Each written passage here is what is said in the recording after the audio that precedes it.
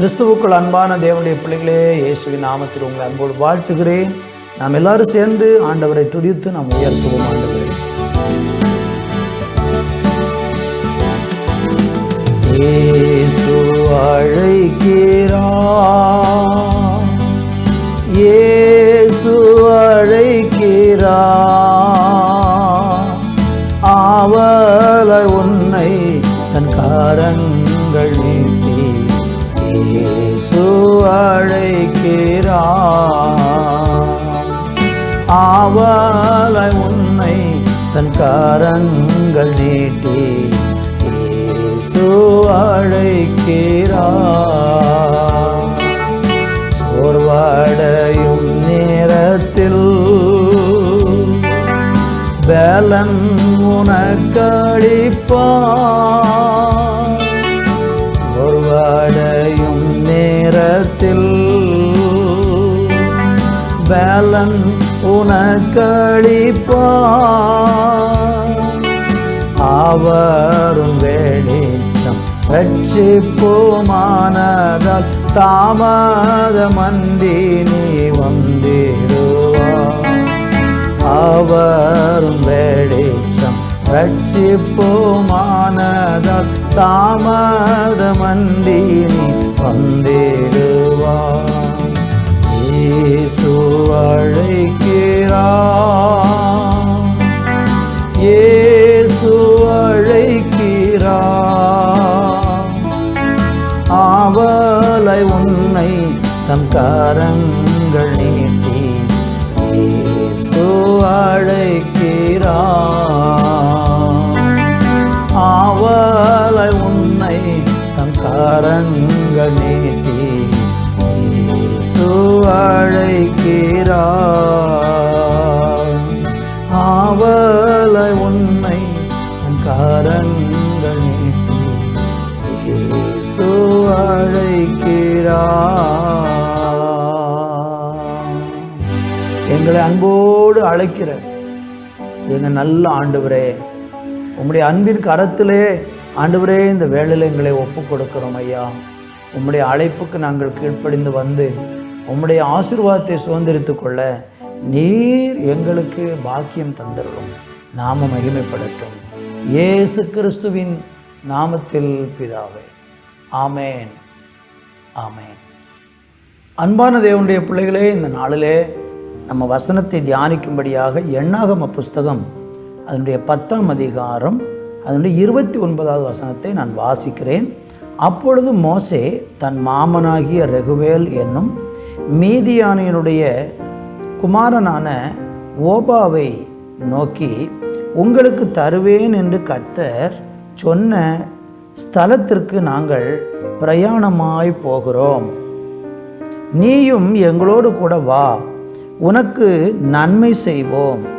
கர்த்தர் இஸ்ரவேலுக்கு நல்ல வாக்குத்தத்தம் பண்ணியிருக்கிறார். அன்பான தேவனுடைய பிள்ளைகளே, வாசித்து கேட்ட இந்த வேத வசனத்திலே மோசேயும் இஸ்ரவேல் ஜனங்களும் எகிப்து தேசத்தை நோக்கி இவர்கள் பயணப்பட்டு போய்கொண்டிருக்கிறார்கள். இப்படி பயணப்பட்டு போய்கொண்டிருக்கும்போது இடவழியிலே மோசேயினுடைய மனைவியின் சகோதரர், அல்லது ரெகுவேலுடைய மகன் ஓபா என்று சொல்லக்கூடியவர் இப்போ இவர்களை எதிர்பட்டு வருகிறார். வழியில் எதிர்பட்டு வரும்போது மோசே சொல்கிறாரு, ஆண்டவர் நமக்கு நல்ல வாக்குத்தத்தங்களை பண்ணியிருக்கிறாரு, அதனால் நீயும் எங்கள் கூட வா, நம்ம எல்லாரும் ஒன்றாக பயணித்து அந்த நல்ல வாக்குத்தத்த தேசமாகிய கானானுக்குள் போகலாம் என்று சொல்லி ஒரு அழைப்பு அந்த பாதி வழியிலே வந்த மோசேயினுடைய மைத்துனரை பார்த்து இங்கே சொல்லுகிறதை பார்க்கிறோம். அப்படி சொல்லும்போது அவர் அதை எப்படி ஏற்றுக்கொள்ளுகிறார் பாருங்க. அடுத்த வசனம், அதற்கு அவன், நான் வரக்கூடாது, என் தேசத்துக்கும் என் இனத்துக்கும் போக வேண்டும். அப்பொழுது மோசே, நீ எங்களை விட்டு போக வேண்டாம், வனாந்திரத்திலே நாங்கள் பாளையம் இறங்கும் இடங்களை நீ அறிந்திருக்கிறபடியினால் எங்களுக்கு கண்களைப் போல் இருப்பாய். நீ எங்களோடு கூட வந்தால் கர்த்தர் எங்களுக்கு செய்தருளும் நன்மையின்படியே உனக்கு நன்மை செய்வோம். அன்பு தேவ பிள்ளைகளே, பாருங்க, ஒரு பெரிய வாக்குத்தத்தத்தை சுதந்திரிக்கிறதுக்காக, ஒரு பெரிய ஆசீர்வாதத்தை சுதந்திரிப்பதற்காக இந்த ஜனங்கள் இப்பொழுது பயணம் பண்ணி கொண்டிருக்கிறாங்க. கர்த்தரும் அவங்களுக்கு முன்பாக போகிறாரு, எல்லா நன்மைகளை செய்து கொண்டிருக்கிறாரு. ஏராளம் வாக்குத்தத்தங்கள், ஆசீர்வாதங்கள் தேவன் முன்னே போய்கொண்டிருக்கிறாரு. கர்த்தர் அவங்களுக்காக யுத்தம் பண்ணி கொண்டிருக்கிறாரு. இப்படி ஒரு அருமையான பயணம், ஆசீர்வாதமான ஒரு பயணத்தில் போய்கொண்டிருக்கும்போது, நீ எங்கள் கூட வா, நம்ம எல்லாரும் ஒன்றா கானான் தேசத்தில் போய் அங்கே வாக்குத்தத்தங்கள் எல்லாம் சுதந்திரிக்கலாம் என்று தன்னுடைய மனைவியின் சகோதரனை பார்த்து அழைத்த போது அவன் சொல்கிறான், நான் வரக்கூடாது, நான் என் தேசத்துக்கு போகிறேன்னு சொல்லி அந்த அழைப்பை அல்லல் தட்டி போய்விட்டான். இதனால் அவனுக்கு இழப்பு ஏற்பட்டது என்ன? ஒரு பெரிய ஆசீர்வாதமான வாக்குத்தத்த தேசத்தை சுதந்திரிக்க முடியாமல், ஒரு மகிமையான தேவனுடைய வழிநடத்தலை பெறாமல், தேவனுடைய ஜனம் என்று சொல்லக்கூடிய அந்த பாக்கியமான பதவியை இந்த மனுஷன் இழந்து விட்டான். இதுபோல தான் இன்றைக்கி நம்ம அநேகரும் தேவன் நம்மளை அழைக்கிறார். என்ன சொல்லி அழைக்கிறாரு? வருத்தப்பட்டு பாரம் சுமக்கிறவர்களே, நீங்கள் எல்லாரும் என்னிடத்திற்கு வாருங்க, நான் உங்களுக்கு இளைப்பாறுதல் தருவேன் அப்படின்னு சொல்கிறார். அவர் சொல்லும்போது சொல்றாரு, என்னிடத்தில் வருகிறவனை நான் புறம்பே தள்ளுவதில்லை. யாராகிலும் ஆண்டவரை பின்பற்றி ஏதாவது ஒரு மனுஷன் வந்தால் அவனுக்கு நிறைய நன்மைகளை கர்த்தர் வாக்கு பண்ணுறார். இந்த பூமிக்குரிய நன்மைகளை தருவார்.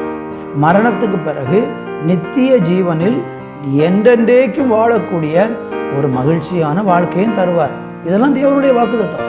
ஆனால் இந்த மாதிரி வாக்குத்தத்தங்களை எல்லாம் அநேக மனிதர்கள் என்ன செய்கிறாங்கன்னா, அல்லல் தட்டி விடுறாங்க. அதெல்லாம் எங்களுக்கு தேவையில்லை, நான் வரக்கூடாது என்று சொல்லி இந்த அழைப்பை புறக்கணிக்கிற மக்கள் ஏராளம் இருக்கிறார்கள். இந்த செய்தியை கவனிக்கிற நீங்கள், உங்களை ஆண்டவர் எத்தனையோ முறை அவர் அண்டைக்கு வரும்படியாக அன்பினால் அழைத்த போது அந்த அழைப்பை நீங்கள் ஏற்றுக்கொண்டிருக்கீங்களா அல்லது அல்லல் தட்டி விட்டீங்களா? உங்களுக்கு ஒரு பெரிய நன்மை காத்திருக்கிறது, ஒரு பெரிய மேன்மை காத்திருக்கிறது, ஒரு பெரிய ஆசீர்வாதம் காத்திருக்கிறது. இந்த செய்தியின் வாயிலாய் கூட நான் உங்களை அழைக்கிறேன். இயேசுவண்டைக்கு வந்து பாருங்கள், கர்த்தரை பின்பற்ற எங்களோடு கூட பயணிக்க நீங்களும் வந்து பாருங்கள். உங்களுக்கு ஒரு பெரிய நல்ல வாக்குத்தத்தத்தை கர்த்தர் தருவார். எங்களுக்கு ஒரு வாக்குத்தத்தம் கொடுத்து எங்களை நடத்தி கொண்டிருக்கிறார். அந்த தெய்வம் உங்களுக்கும் வாக்குத்தத்தங்களை கொடுத்து உங்களை ஆசீர்வதிப்பார்.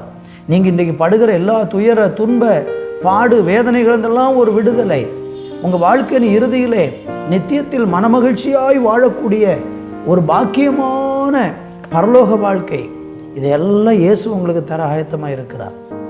நீங்கள் இதை ஒன்றில் ஏற்றுக்கொள்ளலாம் அல்லது புறக்கணிக்கலாம். அது உங்களுக்கு சுதந்திரம் இருக்கிறது.